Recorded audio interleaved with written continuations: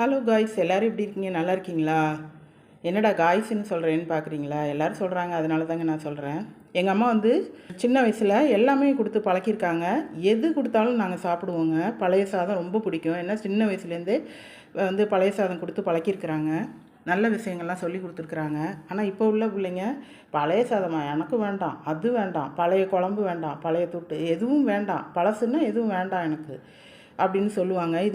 இதில் இருக்கிற நல்லது அவங்களுக்கு தெரியுமாங்க? பழைய சாதத்தில் இருக்கிற நல்லது. நான் இந்த பழைய சாதம் மட்டும் கொடுத்தாலே சாப்பிட்ருவேங்க, வேறு எதுவுமே தேவையில்லை. ஒருத்தவங்க சொன்னாங்க ஒரு கமெண்ட்டில், ஒரே சிரிப்புங்க. நேற்று பாருங்கள், நான் ரசம் மூடி வச்சுருந்தேங்க, அதை திருப்பி வச்சுட்டேன். தட்டு பாருங்கள் அழுக்காக இருக்குது அப்படின்னாங்க. தட்டு அழுக்காக இருக்கலாம், ஆனால் அதை வீடியோவை பார்க்குற மனசு தான் அழுக்காக இருக்கக்கூடாது. எப்படிங்க, நல்லா இருக்குங்களா என்னோடய தத்துவம்? நீங்களும் சாப்பிட வரீங்களா? இது என்ன டம்ளரில் குழம்பு இருக்குது அப்படின்னு பார்க்குறீங்களா?